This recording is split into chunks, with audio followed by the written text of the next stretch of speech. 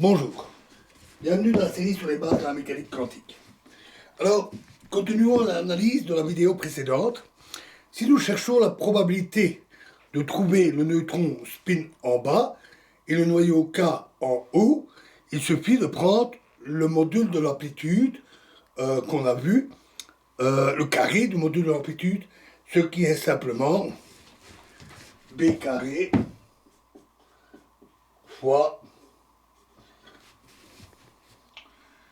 CK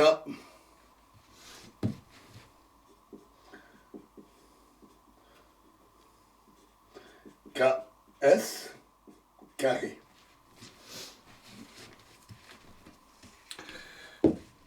Ce qui correspond. Et le second facteur d'ailleurs est presque indépendant de la position dans le cristal, parce que celui-ci est très petit et que les directions par rapport à la source et à la cible sont presque identiques.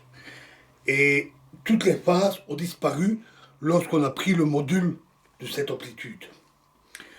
La probabilité de diffusion par un noyau quelconque du cristal avec retournant du spin est alors B carré fois la somme pour K égale 1 jusqu'à N. Ce qui correspond à une distribution régulière du style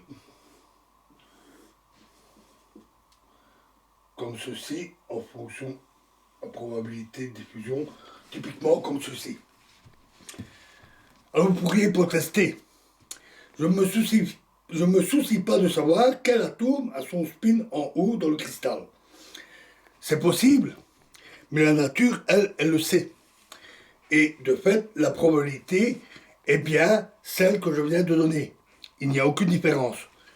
Par ailleurs, si nous cherchons la probabilité pour que le spin soit en haut au niveau du détecteur et que tous les atomes aient leur spin en bas, alors nous devons prendre le module de somme de I égale 1 jusqu'à N des CI à IS.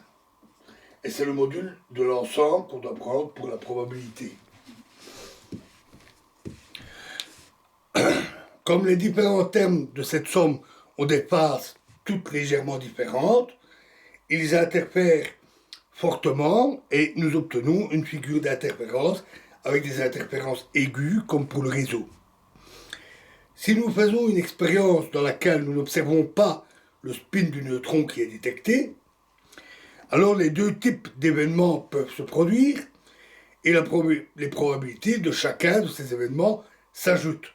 La probabilité totale ou le taux de comptage par le détecteur est une fonction de l'angle avec une allure de ce type, avec un pic fort aigu, un autre plus modéré, voilà, grosso modo, comme ceci.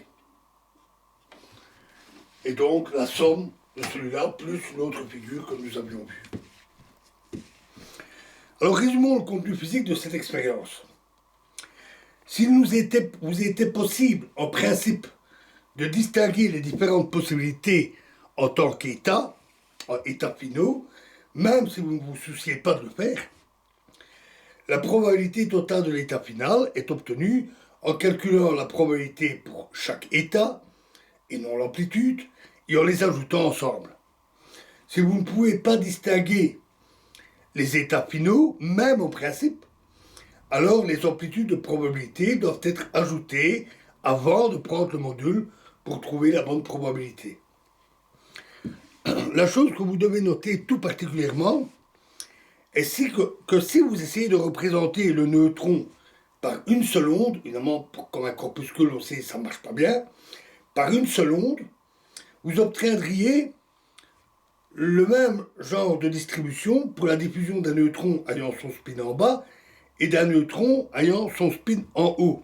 Une onde habituelle, normale, classique, n'a que faire de pouvoir distinguer quel atome provoque une diffusion.